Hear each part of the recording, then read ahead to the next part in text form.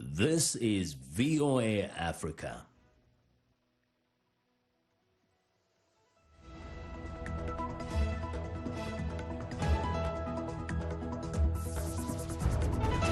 Good evening and welcome. I'm Vincent McCory in for hashtag the You Want. It's Monday, August the 12th.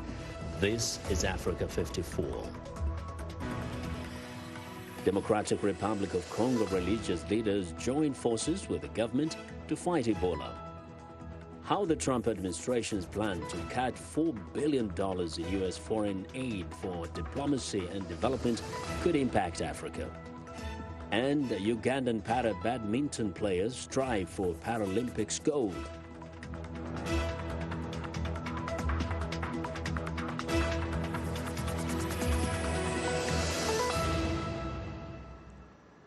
We begin tonight in Tanzania, where people are mourning and burying their loved ones in the eastern town of Morogoro.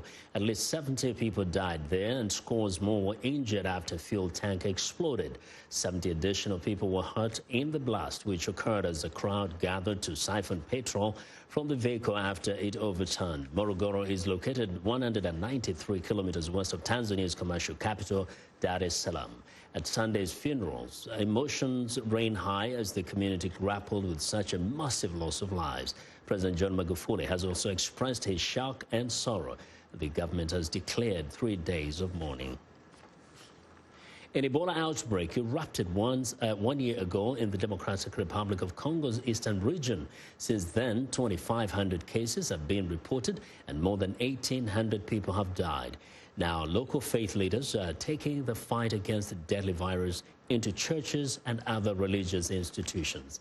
VOA's Oster Malivika reports, and Ada Issa narrates our report. Dr. Jean-Jacques Muyembe is leading the government's fight against Ebola in the Democratic Republic of Congo. He has enlisted the country's religious leaders in combating the deadly virus. Yes, I think it is very important to go and to meet with pastors, with the priests in the churches, because in our country, in African communities, the pastor is very important, because most of our people will go and see the pastor if people has problem or if people are sick. Religious leaders have been asked to halt their practice of laying hands on the sick, and they are urging their congregations to embrace protective health measures, avoiding hugs or substituting elbow bumps for handshakes during the sign of peace. They say prayers alone won't prevent or heal the disease. It is time we all rise up and support the fight against Ebola. We must work together with the government. If we work together with the help of our partners, we can finish Ebola in 3 months, even in 1 month. The DRC's 10th Ebola outbreak was declared last August.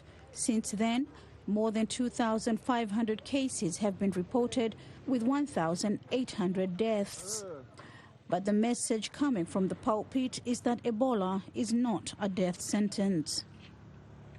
If you are found to have been infected with Ebola in early stages, you can survive death. There are people who have been cured of Ebola. Meanwhile, Congo's health ministry, partnering with the World Health Organization, has embarked on a vaccination program. Currently, the only people authorized to receive the vaccine are health workers and people who might have come in contact with other victims. We don't have permission to vaccinate everyone. We are only vaccinating health officials and suspected people who came in contact with victims.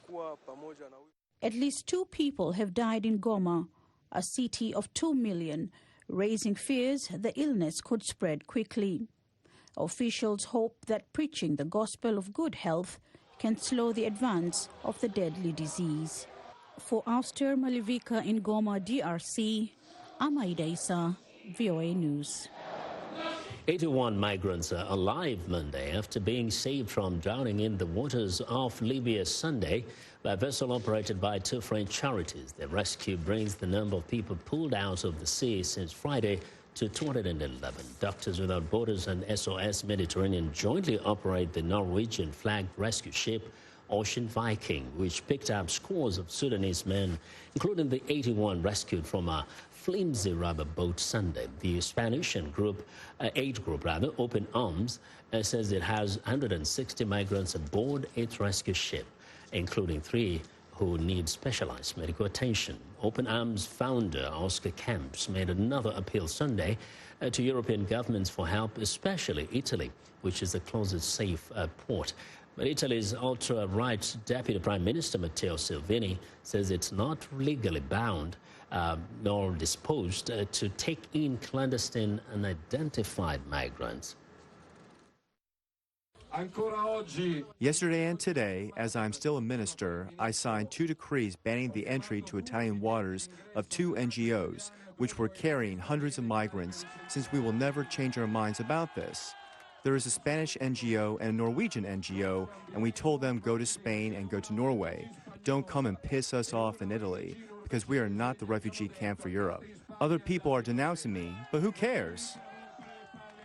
Well, Italy has complained it has done more than its share of allowing migrants to dock and wants other European Union nations to do more to help. Migrants who are not rescued by charities are either left on unsafe boats or picked up by the Libyan Coast Guard and returned to Libya, where they are housed in detention facilities. Now, the administration of U.S. President Donald Trump is planning on cutting $4 billion in foreign aid for diplomacy and development. Members of the Senate Foreign Relations Committee have written to the White House to urge the administration to reconsider the move. Here to talk more about how such a decision could impact Africa is Johanna LeBlanc, a national security and foreign legal strategist. Ms. LeBlanc, welcome to Africa 54. Thank you so much for having me. I appreciate it. So first, is it that simple that the White House can just cut that $4 billion just like that? Actually, Vincent, under laws that have been passed, only Congress has the constitutional right to rescind funding that has been appropriated to agencies like the State Department, USAID. So in a sense, the White House has essentially overstepped its boundaries, and now we're faced with a constitutional crisis. So members of the Appropriations Committee, both on the House and the Senate, and by the way, this is very bipartisan, have urged the administration to reconsider because the White House does not have the authority. However, what the White House can do is the White House can, in consultation with both the House and the Senate, make a request. And if the Senate and the House approves, then this could move forward. But right now, the White House does not have the authority. So let's say they successfully, push this and manage to get the cut. How will this impact African countries?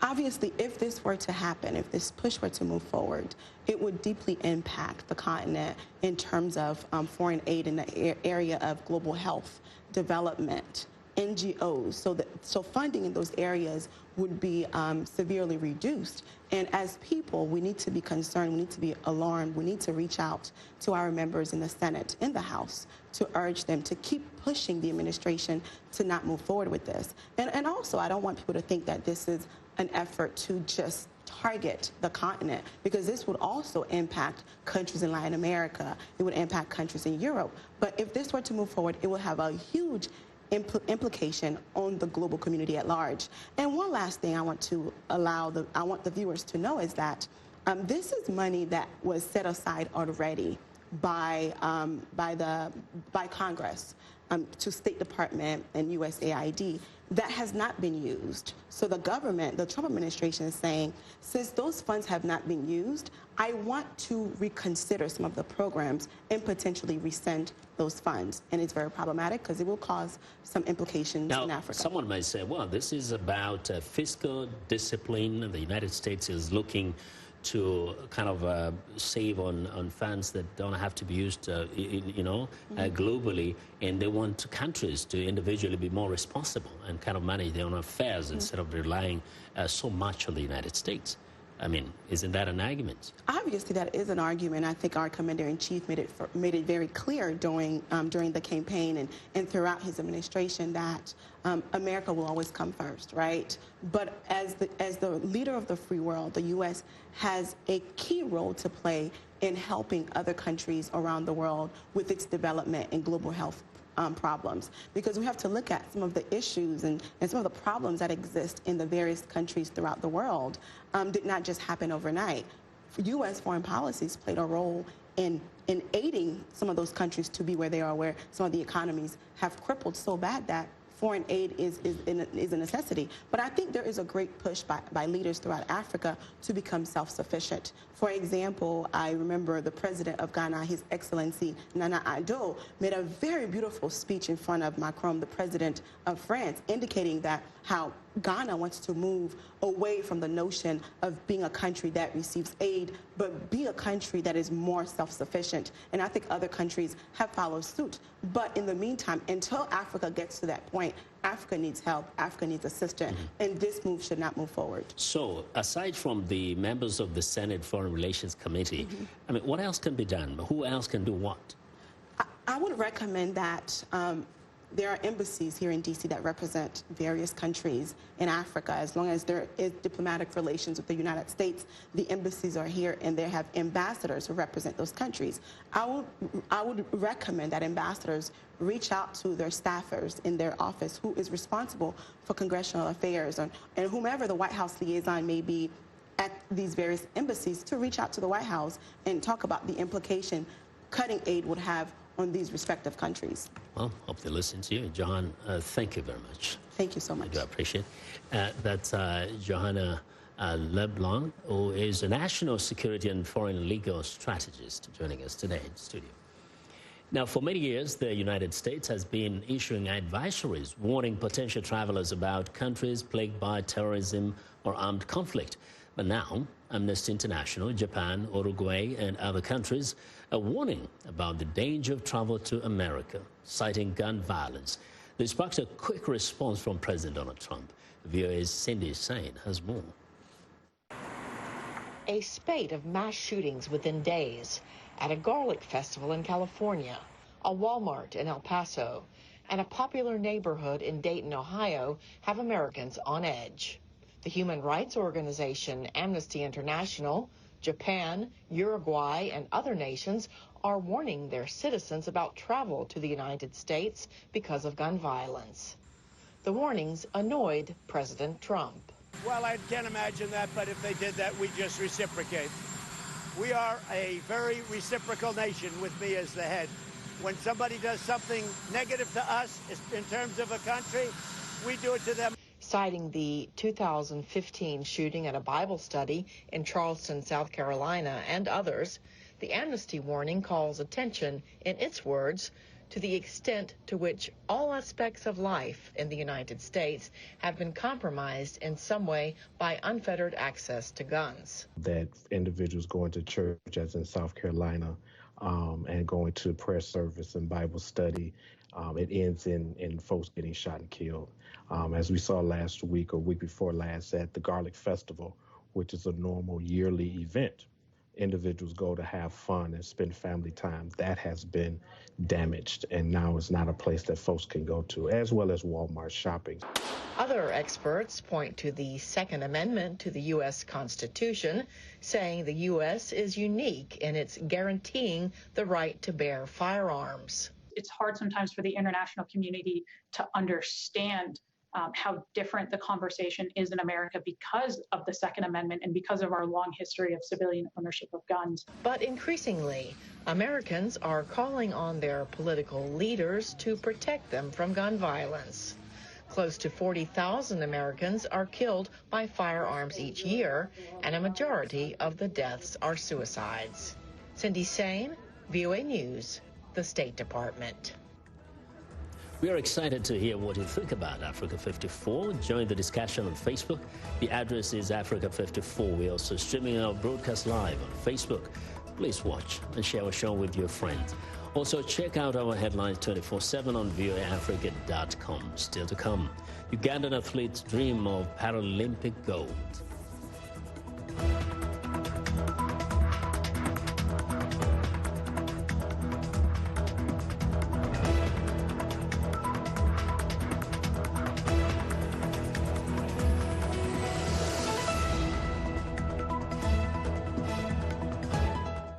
I am Sheikh Sali, host and senior editor of VOA's international call-in talk show, Straight Talk Africa. Today we'll examine the tobacco industry. We pretty much touch on anything that you can think of. Politics, health issues, human rights issues, you name it, we talk about it. The issues that we discuss are pertinent to most people on the African continent.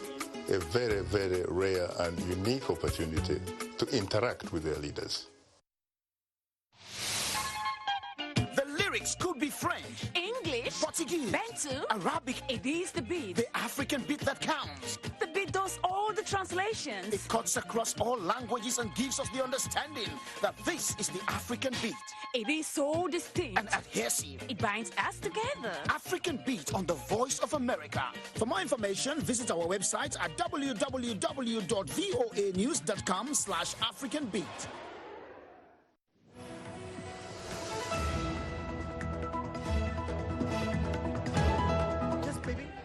I'm Clara Frank, and here's what's trending. People from the LGBTQ community in Johannesburg came together in the city's first official Black Queer Ball. The ball was themed the Winter Fantasy and was a pageant where participants of 4 houses, consisting of 4 members and a house mother, competed in different categories such as African royalty and Skothanas, a South African take on street style. South Africa's constitution outlaws discrimination based on sexual orientation, and it's the only country in Africa that has legalized same-sex marriage. However, members of the LGBTQ community continue to face challenges, including homophobic violence, as well as high rates of HIV/AIDS infection. Next up, many African nations are struggling to recycle. Poor waste collection lies at the heart of the problem. Like many developing nations, Kenya has no recycling infrastructure. Private companies dispose of household rubbish. Under pressure from governments and environmentalists, Coca-Cola, Nestle, Unilever, and Diageo formed an African Plastic Recycling Alliance in March. Meanwhile, in Ghana, 8 beverage companies started the Gripe Recycling Initiative. African countries such as Kenya and Rwanda have already banned plastic bags. Now lawmakers are looking at other plastic pollution. Environmentalists want companies to be legally responsible for collecting their waste and single-use plastic to be phased out. And finally, it might surprise you that the world's most trafficked animal, according to the International Union for Conservation of Nature, is the pangolin, otherwise known as the scaly anteater. Pangolin scales are in high demand in Asia for use in traditional Chinese medicine, and their meat is also considered a delicacy in Asian countries. Pangolins are on the International Union for Conservation of Nature Red List of threatened species. However, the illegal trade is spreading across Africa as their numbers have dropped drastically in Asia. Over 1 million pangolins were trafficked between 2004 and 2014 for their scales, meat, and blood. And that's what's trending today.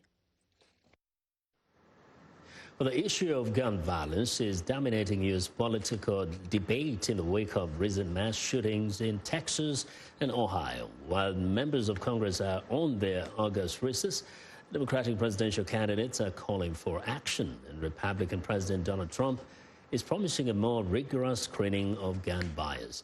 VOA's Mike O'Sullivan reports. After more than 30 deaths in 2 mass shootings, a victim was laid to rest in Ohio Saturday. In Iowa on Friday, Democratic Party presidential hopefuls focused on someone who wasn't there, President Donald Trump.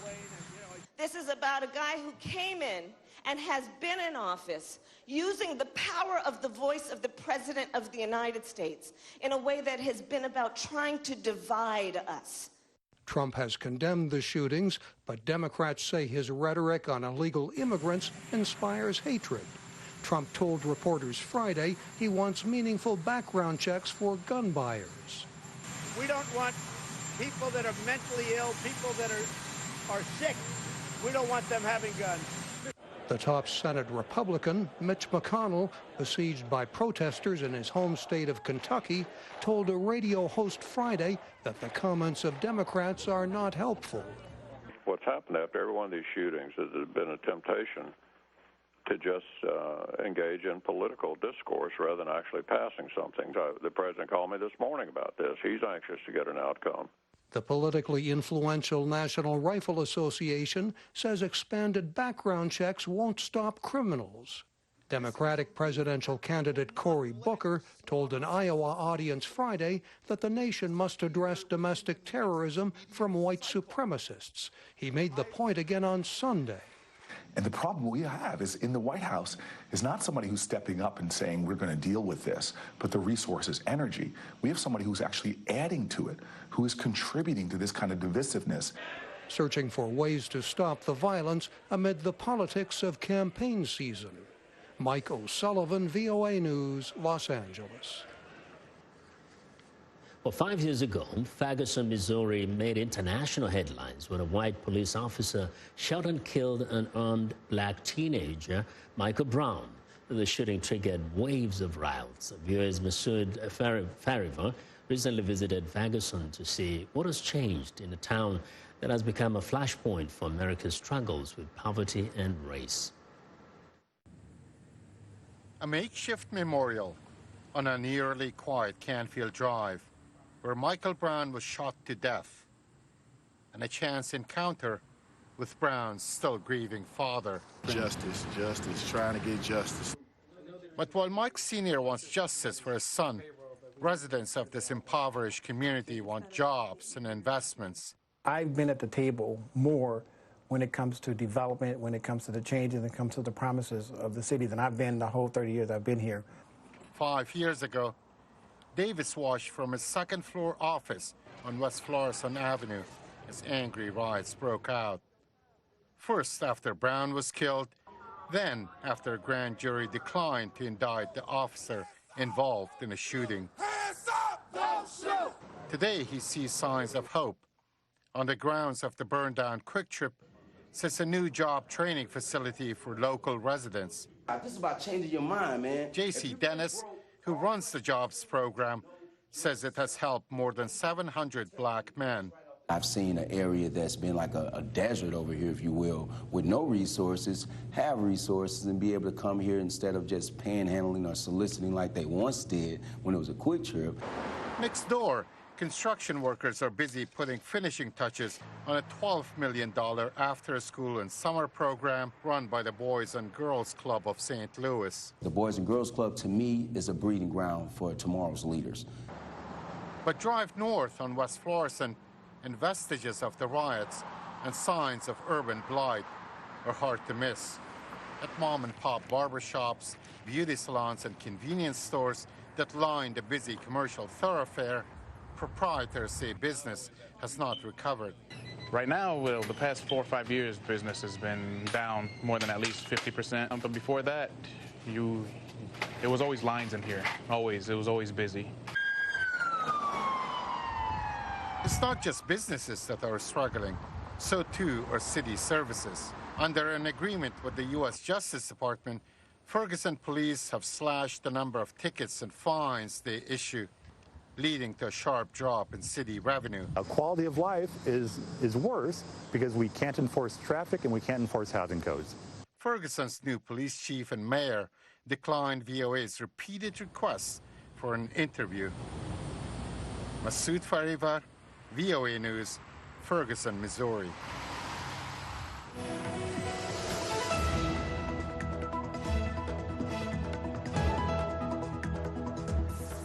Well, in sports news, Uganda's proud badminton team is preparing for the World Championships in Basel, Switzerland later this month. The team has the second highest ranked player in Africa and aims to compete at the 2020 Summer Paralympic Games in Tokyo, when para badminton will make its debut. But as Halima Athumanu reports from Kampala, limited resources makes their participation uncertain. Elizabeth Mwesigo is Uganda's para-badminton champion and the second highest ranking player in Africa. The team is doing its best to prepare for the para-badminton World Championships in Basel, Switzerland from August 20th. But Mwesigo says they are sorely under-resourced, have to buy their own equipment and often train themselves. Getting shuttles, getting everything, plus the shoe, clothes, everything, it's somehow expensive. Plus the coaches. Sometimes we reach at the court, we train without coach.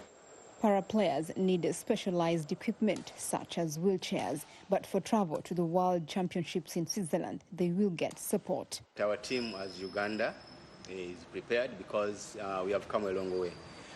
It's not that as you have seen them today, it's not that they have just started training. They have been, of course, in various trainings before this. Uganda's para-badminton players look forward to the international exposure despite the economic and resource challenges they face at home. Like for me, I'm working, then I come for training because the government cannot pay you, but I like the game. So that's what gives me confidence that I'm getting challenges from people who are better than me. The Para-Badminton World Championships in Basel are first Paralympic qualifier. Para-Badminton will make its debut at the 2020 Summer Paralympic Games in Tokyo, although Mwesigo's second-ranked position in Africa qualifies her for the Tokyo Games. It's not yet clear if the team will get enough support to travel to Japan for the competition. Halima Athmani for VOA News, Kampala.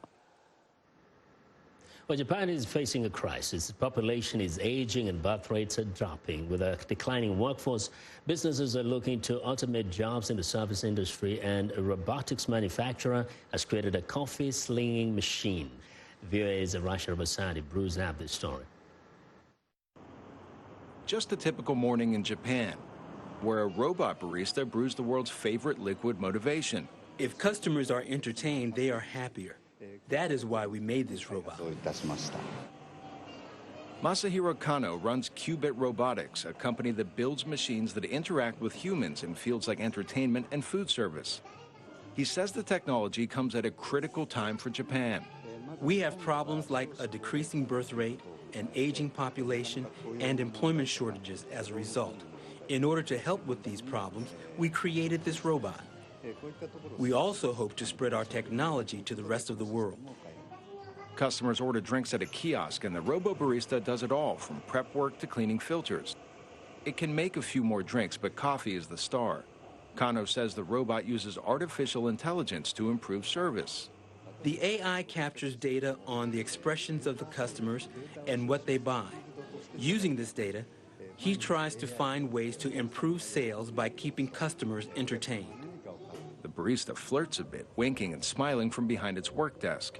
It's very funny, I think. Funny, and it's a new experience. Yes, it's interesting. Visitors say the coffee's not too bad either. The aspect of the desk is a little bit strange because the robot looks like a human being. That's a little bit strange. But for the coffee, I guess it's pretty good. And that's it. Have a good night.